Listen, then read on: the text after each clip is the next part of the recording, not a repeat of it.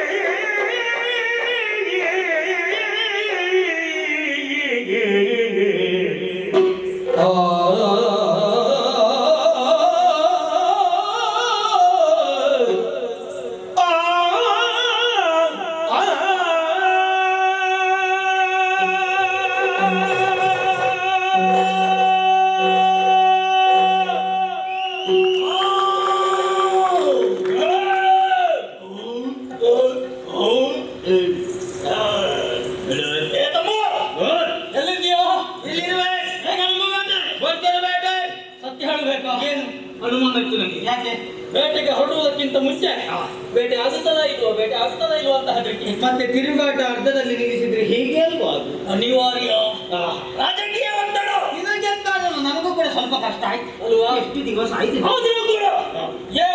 ಎಷ್ಟೋ ದಿವಸಗಳು ಹೋಯ್ತು. ಇಂತಹ ಬೇಟೆ ಇದುವರೆಗೆ ಆದಿದ್ದಿಲ್ಲ ನಾವು. ನನ್ನ ಮುಂಭಾಗದಲ್ಲಿ ಇದ್ದವ ನೀನು ಪಕ್ಕನೆ ತಿರುಗಿ ನೋಡುವಾಗ ನನ್ನ ಕಣ್ಣ ಮುಂಭಾಗದಲ್ಲಿ ಹೋದೆ. ಏನು ತಿಂದ ಏನು ಮುಂದೆ ಬೇಡಣ್ಣ ಮುಂದೆ ನಿನ್ನನ್ನು ಬಿಟ್ಟು ಹೋಗೋ ಈ ದಾರಿಯಲ್ಲಿ ಮುಂದುವರೆದು ಹೋದೆ. ಹೋಗುವಂತಹ ಸಮಯದಲ್ಲಿ ಸೊಪ್ಪಿನ ಕಾಡು ಕೋಡ ಗರ್ಜಿಸುತ್ತಾ ಮುಂದುವರಿದು ಆಯಿತು. ಓಡಿಸಿಕೊಂಡು ಹೋದೆ. ಹಿಡಿದಂತ ಮಾಂಸವನ್ನು ತಿಂದೆ, ರಕ್ತವನ್ನು ಕುಡಿದೆ. ಏನು ಮಾಡಿ ಏನು ಕೊಂದೆ ಏನು ತಿಂದೆ ಹೇಳು ಮುಂದೆ. ಹಲ್ಲಿನ ತೀಟೆ ಹೋಗ್ಬೇಕು ಅಂತಾದ್ರೆ ಗಟ್ಟಿ ಮಾಂಸ ತಿನ್ನಬೇಕು. ಅದಕ್ಕಾಗಿ ಮುಂದುವರಿತಾ ಹೋಗುವಾಗ ಕಾಡು ಹಂದಿಗಳ ಹಿಂಡು ಮನೋವೇಗವನ್ನು ಬಲ್ಲಂತಹ ನಾನು ಕೈಯಲ್ಲಿ ಬಾಜು ಹಿಡಿದೆ, ನೆಲಕ್ಕೆ ಬಾರಿಸಿದೆ. ಬಡಿದ ಜಾಗ ಅದು ಮಂಟೆಕಲ್ಲು ಹಾಕಿತ್ತು. ಬಡಿದ ಅಪಸಂಖ್ಯವೆಂದು ಬೇಕುದಿಯಾಗಿದೆ. ಮಾಂಸವನ್ನು ಬಾಯಿಗೆ ತುರುಕಿದೆ. ಸೋರುವಂತಹ ರಕ್ತಕ್ಕೆ ಬಾಯಿಟ್ಟಿದೆ. ಹಸಿವು ನಿವಾರಣೆಯಾಗಿದೆ. ಏತಮ್ಮ ಆದ್ರೆ ಒಂದು ತಿಂದ್ರೆ ಹೊಟ್ಟೆ ತಿನ್ನದಿದ್ರೆ ಮುಂದೆ ಹರಿಯುವುದಕ್ಕಾಗುವುದಿಲ್ಲ. ಶ್ರಮಜಲ ಇಳಿತಾ ಉಂಟು. ಈ ಸಮಯದಲ್ಲಿ ಎಷ್ಟು ಶಕ್ತಿ ಆಗ್ತದಲ್ಲ ಅಲ್ವಾ? ಮತ್ತೆ ಅದು ಹಾಗಿದ್ರೆ ನಮಗೆ ಗಾಳಿ ಅವಶ್ಯಕತೆ ಇದೆ. ಅರ್ಥ ಇದೆಯಾ? ಗಾಳಿ ಇಲ್ಲ. ನಾವು ತಗ್ಗು ಪ್ರದೇಶದಲ್ಲಿ ಇದ್ದೇವೆ. ಗಾಳಿ ಬೀಸುವುದು ಎಲ್ಲಿ? ಅವರಿಗೆ ಅನುಕೂಲವಾಗುವ ಪ್ರದೇಶ. ನಾನು ತಾಯಿದ್ದು ಹಿನಾದ್ರಿ.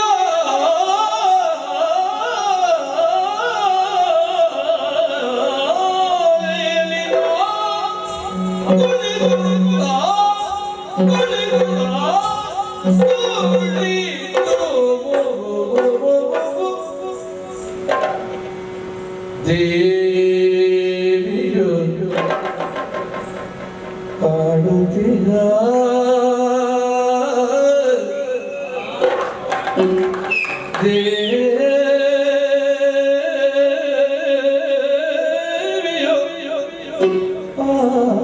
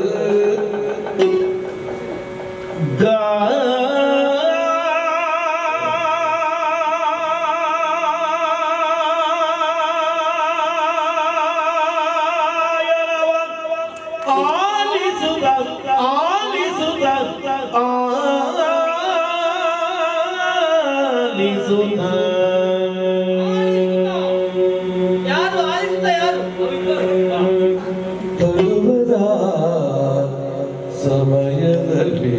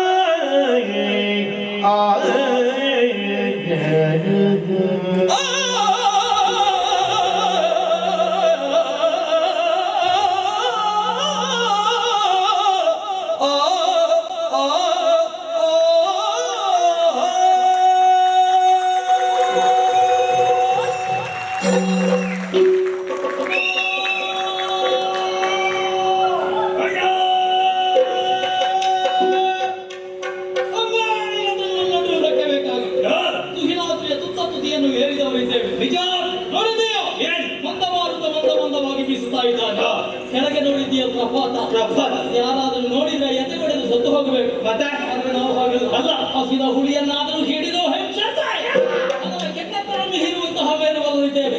ಯಾವುದೇ ಹೆದರಿಕೆ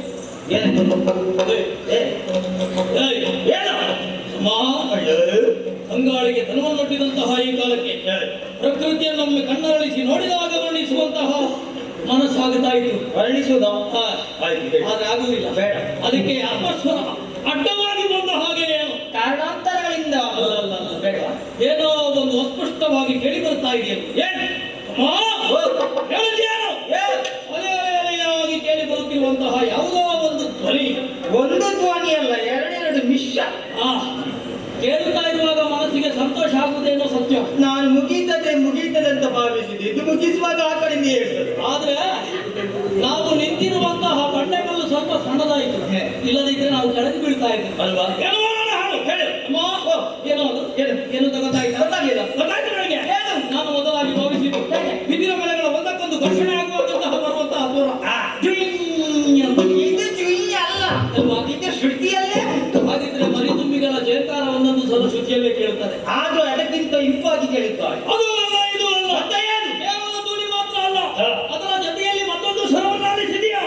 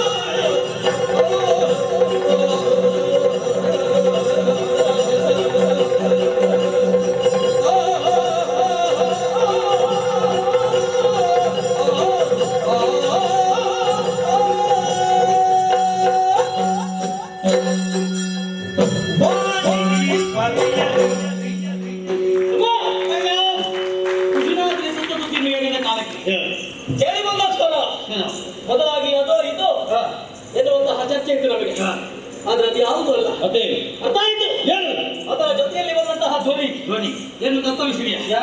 ವೀಣೆ ವೀಣೆ ಸುಶ್ರಾವ್ಯಕರವಾಗಿ ಈ ರೀತಿಯಾಗಿ ವೀಣೆ ನುಡಿಸಬೇಕು ಆದ್ರೆ ಇದು ಅವಳೊಬ್ಬಳಿಗೆ ಸಾಧ್ಯ. ಯಾರು ಬಂದವಳು? ಬೇರೆ ಯಾರು ಅಲ್ಲ. ಯಾರು? ಮೇಲ್ಲೋಕದವಳು. ಮೇಲ್ಲೋಕ ಸತ್ಯಲೋಕದವಳು. ಸತ್ಯಲೋಕ ಬ್ರಹ್ಮನ ರಾಣಿ ಅನ್ನದ ವೇಣಿ ಪುಸ್ತಕ ವಾಣಿ ಅವಳೇ ವಾಣಿ. ಬರುವುದಕ್ಕೆ ಸಾಧ್ಯವೇ ಇಲ್ಲ. ಬ್ರಹ್ಮನ ಸೃಷ್ಟಿ ಸ್ವರ್ಗವಾಗಿ ಇರಬೇಕಾದರೆ ಓ ವಾಣಿಯ ಗಡಿಯಲ್ಲಿರಬೇಕಂತೆ. ಹಾಗಿರುವಾಗ ಬಿಟ್ಟು ಬರುವುದಕ್ಕೆ ಸಾಧ್ಯವೇ ಇಲ್ಲ. ಇದು ಹೆಣ್ಣಿನ ಧ್ವನಿ ಅಲ್ವಾ? ಇದು ಗಂಡಸರ ಸ್ವರ. ಅವ ಇದ್ದಾನಲ್ಲ ಕುದುರೆ ಮುಖವನ್ನು ನಮ್ಮ ಹೆಸರು ಕೇಳಿದ್ರೆ ಇಲ್ಲಿಕ್ಕಿಲ್ಲ. ಅದೇ ಅವನೇ ಬಂದು ಸಂಗೀತವನ್ನು ಹಾಡುತ್ತಾ ಇದ್ದಾನೆ. ಕುದುರೆ ಮುಖದವ ಮುಖ ಹೇಗಿದ್ರೆ ನಮಗೆ ಅದೇ ಸಂಗೀತ ಕೇಳುವಂತ ಸ್ವರ ಒಳ್ಳೆಯದು ತುಂಬರಲ್ಲ. ಯಾಕಂದ್ರೆ ಅವು ಸುರಪಕ್ಷ ಭಾಷೆ. ಚಂಡಮಂಡಲ ವಿಕಾರಿಗೆ ಪ್ರವೇಶ ಮಾಡಿದ್ದಾರೆ ಅಂತ ಹೇಳಿದ್ರೆ ಅರೆಗಳಿಗೆ ನಿಲ್ಲುವವನ ಅವಳಲ್ಲ. ಇದು ವಾಣಿ ಅಲ್ಲ, ಮತ್ತೆ ತುಂಬರಲ್ಲ, ಮತ್ತೆ ಅದು ಅಲ್ಲ ಇದು ಅಲ್ಲ ಅಂತ ಚರ್ಚೆ ಬೇಡ. ಇದು ತಿಳಿಬೇಕು ಅಂತಾದ್ರೆ ಶೋಧನೆ ಮಾಡ್ಬೇಕು. ಯಾವ ರೀತಿ ಶೋಧನೆ? ದಕ್ಷಿಣ ಭಾಗದಿಂದ ಕೇಳಿ ಬರ್ತಾ ಇದೆ ಸ್ವರ ಸ್ವರ ಪಿಡಿದು ನಡೆದರು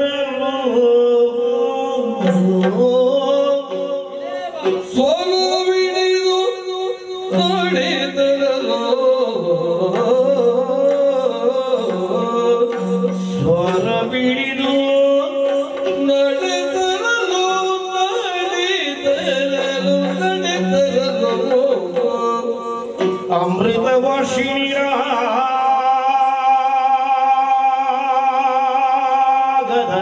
ಸ್ವರ ಪೀಡಿದು ನಡೆದರಲು ಅಮೃತ ವರ್ಷಿಣಿ ರಾಗ ಸುಸ್ವರ ಬಿಟ್ಟಿದ್ದು ನಡೆದರಲು ನಡೆದರಲು ತನುವಿನ ಪರಿಮಳವು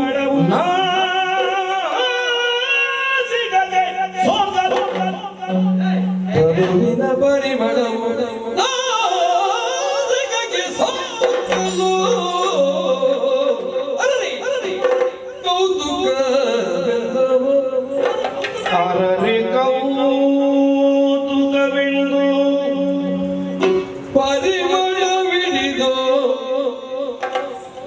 ಮುಂಬರಿಯ ಪರಿಮಳವಿಡಿದು ಮುಂಬರಿಯ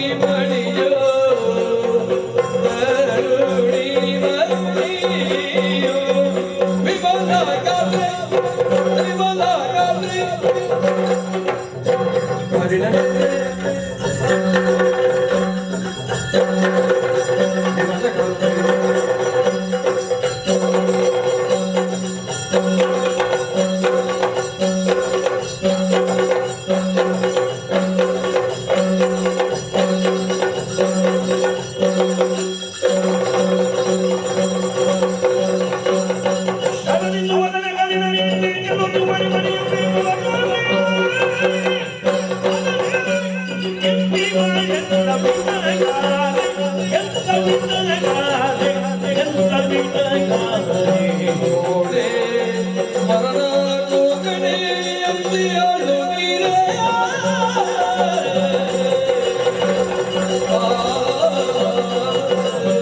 ಮರನಾಡು ಕಣೆ ಎಂದಿಯಾಳು ನೀರೇ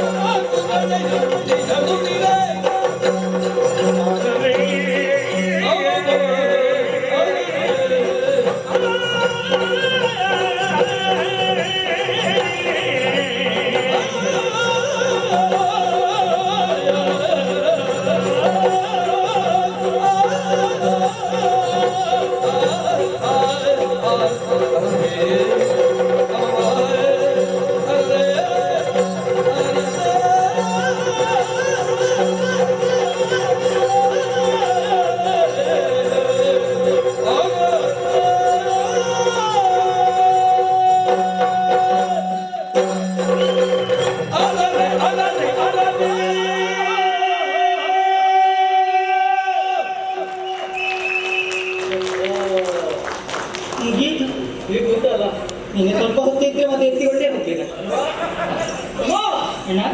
ಸ್ವರದ ಉಗಮ ಸ್ವರೆಯಲ್ಲಿದ್ದ ಹುಡುಕುತ್ತಾ ಬಂದವರು ನಾವು ಅಲ್ಲಿ ಹೊರಡುವಾಗ ಈಗಲೇ ಈ ಪ್ರಾರಂಭಿಸಿದ ಮೇಲೆ ಇಷ್ಟ ದೀರ್ಘ ಉಂಟು ಅಂತ ಈಗಲೇ ಗೊತ್ತಾಯ್ತು. ಗೊತ್ತಾಯ್ತಾ ಗೊತ್ತಾಯ್ತಾ ಸ್ವರದ ಉಗಮ ಸ್ವರೆಯಲ್ಲಿ ಎಲ್ಲಿ ಹುಡುಕ್ತಾ ಮುಂದೆ ಬರುವಾಗ ತಟ್ಟನೆ ನಮ್ಮನ್ನು ತಡೆದು ನಿಲ್ಲಿಸಿದಂತಹ ಅನುಭವ ಪ್ರಕಾಶ ಒಂದಾಗಿ ಕಾಣಿಸ್ತಾ ಇದೆ. ನಿಜ ಆಕಾಶದಿಂದ ಇಳಿಸಲ್ಪಟ್ಟಂತಹ ಒಂದು ಉಯ್ಯಾಲೆ, ಬಂಗಾರದ ಉಯ್ಯಾಲೆ. ಸೂರ್ಯನ ಕಿರಣ ಒಂದಿಷ್ಟು ಕೂಡ ಕಾರಿಗೆ ಬೀಳುವುದಿಲ್ಲ, ಆದರೂ ಕೂಡ ಕೋಟಿ ಸೂರ್ಯ ಪ್ರಭೆ ಅವಳನ್ನು ತರಿತು ಹೊರಬರುತ್ತಿರುವಂತಹ ಕಾಂತಿ. ಅವಳ ಕಿರೀಟ ನೋಡು, ಪಳ ಪಳ ಪಳ ಬಹುಶಃ ಹೊಸತ್ತು ಅಲ್ವಾ ಆಗಿರಬಹುದು. ಅದ ಪ್ರಕಾಶಕ್ಕೆ ಆ ರೀತಿಯಾಗಿರುವಂತಹ ಮೆರುಗು ಏನು ಎಲೆಯಲ್ಲಿ ಅವಳನ್ನು ನೋಡುತ್ತಾ ಇದ್ರೆ ನಾಲ್ಕದ ಸತಿಯರ ನೂಕಲಿ ಮಡುವಿದೆ.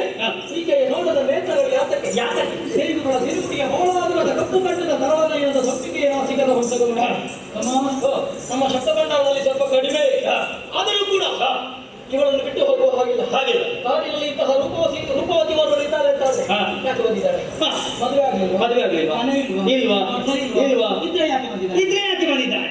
ಗೊತ್ತಾಗಿಲ್ಲ ನನಗೆ ಗೊತ್ತಾಗಿದೆ. ನಾನು ಅಷ್ಟೊತ್ತಿಂದ ಗಮನಿಸ್ತಾ ಇದ್ದದ್ದು ಏನಂತ ಮಾಡಿಸಿದ್ದಿ ಸರಿಯಾಗಿ ನೋಡು.